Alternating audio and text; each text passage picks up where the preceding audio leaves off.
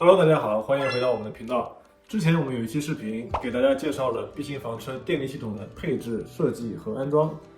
当时呢，这系统呢基于的是 Victron 的组件。今天我们这期视频来讲一讲最近比较流行的一套系统 EcoFlow。这几年由于太阳能电池板和电池技术的进步，房车生活和数码游民已经成了一个新的趋势。现在大容量电池充电速度快，寿命也长，而且因为现在普遍采用了磷酸铁锂作为它的化学构成，安全性也是非常好的。这个对于房车生活非常关键，因为如果说你想在海边、城市的边缘或者森林里面去享受生活，并且还能同时工作的话，那么你就需要很大的电力来去支持。在之前的视频里，我们对房车电力系统已经做了专门的介绍。在那个时候，很多主流的改装厂家会选择 Victron 作为默认的中高端选项，但这个格局在 EcoFlow 出现之后发生了改变。EcoFlow 在22年6月发布了它的这套可扩展的房车电力系统。它这个系统就是旨在解决 Victron 没有给用户解决的一些痛点，包括改善和简化整个电力系统的安装和规划。EcoFlow 声称这套系统可以用于任何尺寸的房车，并且它的安装速度是传统套件的5倍以上。对于这一点，我们会在一辆福特 Transit 上面来做实际的安装测试。首先，我们来看一下这个套件里面都有什么吧。让我先来看看，这个箱子不错，是我的了。咦，我还没挺完毛呢。好，打开箱子之后，第一个看到的就是这个纸质的一个安装模板，它的作用其实是很大的。就你别看它不起眼，但是它在实际安装中会节省你非常多的时间，因为这个是1:1的。然后它已经事先把一些要预留的空间以折叠的方式留了出来，包括一些安装的洞还有孔都已经提前给你打好了。然后这里面是所有你需要的文件，包括安装说明、使用说明书，还有一些质保卡。然后这个是一份比较简短的安装说明。其实如果安装这个系统的话，仅仅参考这几张安装说明就已经足够了。这边是一些质保卡。然后边上这边还有一个小盒子，这里边装的应该是触控中心。可以看到 EcoFlow 在包装上做的都是很用心的，因为它把这些泡沫都切成了和产品一样的大小，这样在运输中确保不会损坏。而这个就是触屏的控制中心了，我们可以用它来监控和控制整个的电力设备。它还带了一个安装支架，然后这个支架可以装在背面，然后通过支架可以把它装在墙上。好，刚刚我们看到的是第一层，然后把第一层的这层泡沫拿开来之后呢，底下出现的就是我们之前说的核心部件，这个5合1智控系统。然后在边上呢还有一个盒子，那个里面装的应该是 AC/DC 面板。好，我们来打开这个盒子，可以看到里面确实是一个它的这个智控 AC/DC 分电箱。同样可以看到 EcoFlow 把每一个安装部件都用泡沫裹得非常好，它的贴合程度好到你想取下来都不是很容易。好，这个就是智能分电箱了，然后它的表面有一个面板，这个面板是可以直接取下来的，不需要通过螺丝刀之类的工具，用手就可以取下来。好，我们来仔细看一下这个 AC/DC 分电面板。这面板的左边呢带了6个 AC 的控制开关，然后右边是12个 DC 的接口，然后带了12个保险。然后把它表面的面板取下来，我们可以看到里面的接线的位置。同样，它这个设计也是非常方便的，它这些接线都是不需要工具，直接就可以接上的。然后上面6个 AC 的开关，左边2个是30安，右边4个是40安，然后右半边是12个 DC。然后在底下呢，就是我们把它和车上的电力系统接起来的地方，这些都是直接可以用手操作的。好，现在我们来看一下这个5合1智控中心，它整体的做工还是非常好的。然后可以看到每一个接口它都带了一个橡胶的垫子，这样的话如果你不需要的话，你就可以把这个垫子留在上面，防止灰尘进入。然后左边3个口是可以用来接入太阳能或者车充，所以最多可以接到3个独立的太阳能输入，一般最左边那个是留给车充的。然后中间3个方形的口是留给电池用的，你可以拿它接到2000瓦或者5000瓦的电池，或者留一个口接给48伏的空调。然后最后一个大口是给交流输入用的，也就是说可以跟暗电接在一起。然后最右边还留了一个110伏的输出。然后侧面的话有2个接口，分别是交流的输出口和直流的输出口。这2个输出口会接到 AC/DC 的分电面板，然后最后由分电面板接到车上的负载。当然，如果你不需要分电面板的话，这几个口也可以直接接到负载。这个5合1智控系统的总开关在它的右下角的位置，然后这边触碰一下会打开，然后长按后就会把系统关闭。然后这个系统它一个很大的优点是它还带了一些电缆，这个在其他的很多目前市面上的电力系统上是没有的，绝大部分情况下你需要自己去配备这些电缆。这边的这根电缆应该是用来连接暗电的一根线，用来做交流输入，把暗电和智控系统的交流输入连在一起。可以看它这个线束的包装也是很好的，然后接头的设计也做得很用心。然后这边呢是一根太阳能的线，可以把它和太阳能板连接起来。说实话，收到这个的时候我是很意外的，因为绝大部分情况下这些线都是要自己配的啊。EcoFlow 它提供的这个确实是不光是给你省了钱，也省了你去做这些线束的时间。这些在计算成本的时候其实都是应该考虑进去的，毕竟时间就是金钱嘛。这是交流输入的线。所以前面那一根就是它头上带了几个接口的，应该是交流输出的线，然后刚刚那一根是交流输入。啊，同样这个盒子呢，它也是提供了一些线束。这个小一点袋子里面装的是数据连接线，它是用来连接智控中心和触摸屏，还有 AC/DC 分电箱的用于传输数据的线。这个呢是直流输出线，用来输出直流的负载。这个会连到我们的 AC/DC 智能分电箱上面去。这边有一根稍微粗一点而且很长的一根线是用来给车充用的。同样还有另外一根数据线在这里。这根车充的线一端是直接连到车载的电池上面，另外一端接到5合1智控中心的车充接口。它这个长度给的非常足，所以正常情况下，即使是170的 Sprinter 或者是148的 Transit 加长版的，都可以直接把它的电池和车载电池连在一起，而不需要去做延长。同样这么粗的电缆，如果你要去市面上买的话，其实是挺贵的，而且你还要去做这些连接件，同样又贵又花时间。其实 EcoFlow 在这里已经帮你省了很多钱了。然后我们看一下这个5合1智控中心的安装支架，这也是比较贴心的一个设计，因为它直接带了这些安装的支架，不然的话还需要自己去做，还挺麻烦。然后这些支架呢是和最开始的那个纸质模板是可以配合在一起的，它完全是1比1的比例，所以最后安装起来非常的方便。EcoFlow 这套系统里面，智控5合1中心是这个系统的大脑，它是电池以及其他所有输入和输出的中央连接点。它其实结合了几个通常我们需要自己去配置的模块在一起。在智控中心内部有3个 MPPT 太阳能充电模块，一个充电逆变器模块，一个降压直流模块，还有一个车充直流模块。对于很多用户来说，这种一体化的方案是一个巨大的优势。这个智控中心最多可以接入3块电池，但是不能把2000瓦时的电池和5000瓦时的电池混起来接。然后这个系统里带的电池是带自加热的功能的，就是说在温度低于一定情况下，它会自己加热，然后保证你即使在很冷的情况下，也可以去充电和进行放电，不会对寿命产生影响。它的充电加热功能会在温度低于0度的时候自动开启，然后这个加热的电能是通过充电那边的电能来提供的。在放电的时候呢，是通过电池本身的电能来提供加热，所以这就是为什么放电加热必须要手动启动，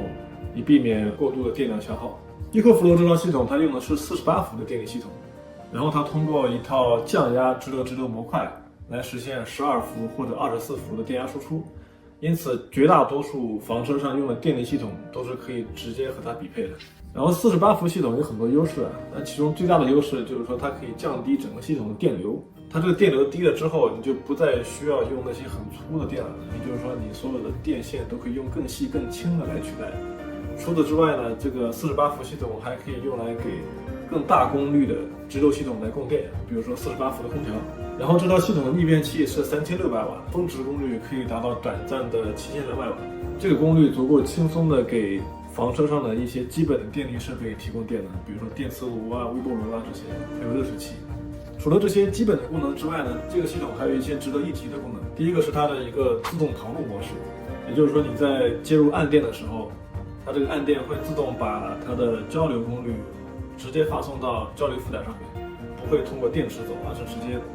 绕过电池给你的交流设备直接用电。第二是它的车充电池是直接连到车上的车载电池上的，这样的话你安装会比较方便。除此之外，它的默认设置是车子在怠速的时候是不会给这个电池充电的。那这个呢，你是可以通过手机 APP 或者触控模板来去改变它的设置。然后 EcoFlow 的 iOS 或者 Android APP 可以通过蓝牙或者 WiFi 和系统连接，然后这个系统可以让你很细致的监测到各个接口的输入和输出的电流和电量使用。然后这套系统还整合了 BMS， 也就是电池管理系统，来对系统进行监测和控制。监测的内容包括温度、电压还有电流。这个电池管理系统呢，一直是在配置一个电力系统中一个很头疼的问题。但 EcoFlow 在这里很完美的解决了这个问题，因为它已经把它自动整合到它这个系统里面去了。另外值得一提的是 ，EcoFlow 的产品线里面还有一款双燃料的发电机。在紧急情况下呢，它可以直接接入到这个智控5合1套件上面来给它充电。只要你的车上有丙烷或者柴油燃料，这个系统就可以持续工作。好，现在我们来聊一下这套系统的安装。一句话总结一下，就是这个安装实在太方便了。EcoFlow 的安装指南很简短，但是非常易懂，而且它还提供了很多1:1的等比例纸质模板。这个纸质模板你别看它不起眼，但在实际使用中它能发挥很巨大的作用，它会在整个安装过程中帮你节省巨量的时间。除此之外 ，EcoFlow 随这个套件带的一些电线电缆，它的制作也很精良，并且标签注释得很清楚。然后跟它配套的一些硬件，比如说螺丝、螺栓，也都是分开用小包装包好的。每个螺栓上面基本上也都安装了防松垫圈防止它松动或者丢失。这些细节都体现出了 EcoFlow 在设计这套系统的时候所花的一些额外的心思。这些额外的心思对于我们客户、用户来说，最终会体现在你基本上很难犯错。这一点在这个行业里面其实是很难得的。像比如说其他的系统，即使你已经装了很多次，但你每次安装的时候还是有可能会犯错。但对 EcoFlow 这个系统来说，你是基本上很难犯错。另外，因为 EcoFlow 把它的这些线束还有一些连接的东西都包装得非常好，所以在安装的时候，其实你并不会想要刻意的去把它隐藏起来，不像其他的一些套件，你会想着把那些线连接的东西把它藏到后面去，因为它并不美观。好，现在我们来讨论一下安装这个系统所需要的时间。从我个人的经验来看，安装一套 EcoFlow 系统，相比于其他的 DIY 系统，比如说 Victron，基本上是快至少5倍，甚至更多。这里我没有夸张反而5倍可能是更保守的一个数值，实际可能会更多。而且除了这个5倍的省下来的时间之外，你还省去了很多购买工具的花费，这些都是一些隐藏的优点。好，这里就是一套我们安装完成之后的 EcoFlow 电力系统。然后可以看到，它这个系统相比来说，我们之前的视频里面的电力系统，它是非常的简洁，而且占用空间是比较小的，这也是这个系统最大的一个优点之一。这个就是它所谓的一个智能控制中心，这个是之一。然后之二呢，就是它的电池。这边我们用的是一个5度电的一个电池。然后在我们这个箱体里面，我们刻意给我们这个车的客户预留了一个空间。然后这个地方刚好可以再放一个电池，所以之后他如果想要升级到10路电的系统的话，这个空间也是可以的。所以你大概能感受到，比如这么大的一个空间，你就可以排下10路电，甚至可以放下更多。如果说你把这个高度也算进去的话，所以这个系统你是很轻松就能做到15度电的。然后 EcoFlow 呢，它提供几个不同的选择，它有2度电、5度电、10度和15度。我们现在这边用的是5度电。然后这个电池和它的这个中控系统连接也非常简单，就只有一根线。然后通过2个插头一插就完事儿。这个相比于其他的系统也是大大的简化了，因为像比如说 Victron 的系统的话，我们需要去连接电池的接口，然后去做一系列的各种后期的这种事情，是很花时间，而且那些工具还有材料也是很花钱的。然后 EcoFlow 呢，它本身就自带了这些东西，所以说不论是从安装时间上来说，还是说从制作成本上的话，它都是有很大的优势的。然后最后一个东西就是这儿。它就是一个控制的一个面板，就有点像你们家用的那种开关控制中心。整套系统下来，我们在安装这一套系统全部装完只花了1天不到的时间。然后相比于我们之前的那一套系统的话，我们大概前后花了1周左右。所以说这个时间上的节省是非常非常巨大的。如果你把这个时间的节省换成钱的话，你会发现这是一套性价比很高的系统。这里呢是 EcoFlow 它自带的一个控制面板，然后从这里可以监测到它整个电池的电力系统的状态，这个是电池的充电量 SOC， 然后这边是它的输入端的监控，这边是输出端的监控。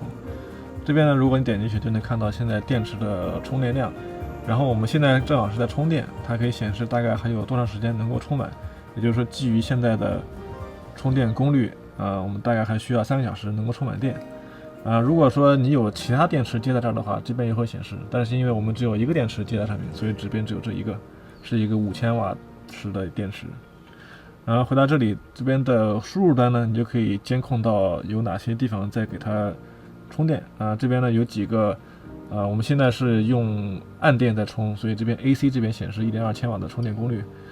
这边是太阳能，我们现在没有在用太阳能充电，所以显示0。然后这边是行车发电，我们现在也没有做行车发电，所以是0。但如果说这些如果是有输入的话，都是可以在这边监测到的，并且你可以在这边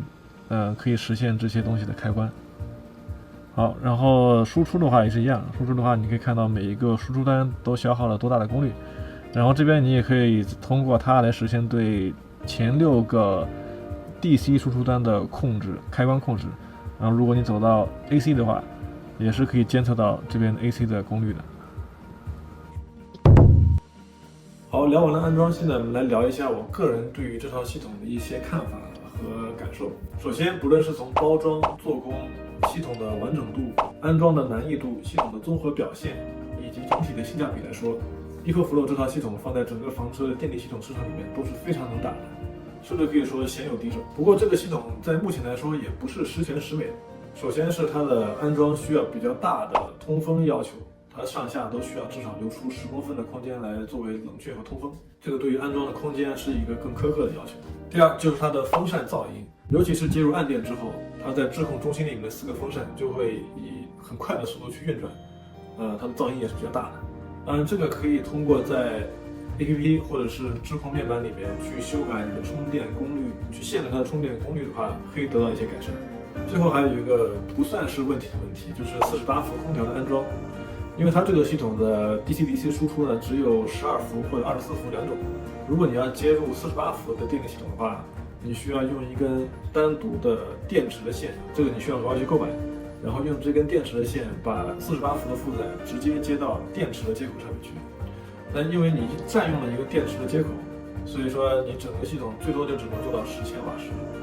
因为你第3个电池的接口被空调所占用了。不过我觉得 EcoFlow 在之后可能会去着手解决这个问题。好，最后的最后就是这套系统的价格。根据电池的大小以及配置的不同，最后整套系统下来的价格大概在4000到15000美金之间。不过 EcoFlow 经常会有一些折扣或者活动，所以具体的价格请参考它的官网的公布。最后给我们自己打一个广告，红点房车是 EcoFlow 在北美的官方经销商，所以对这个系统有兴趣的小伙伴可以随时联系我们。我们在提供产品的同时，也会帮您去解决一些安装和使用的一些疑问。好，本期视频就到这里。如果你对 EcoFlow 这套电力系统有什么疑问或者看法的话，欢迎在评论区里面给我们留言。我们下期视频再见，拜拜。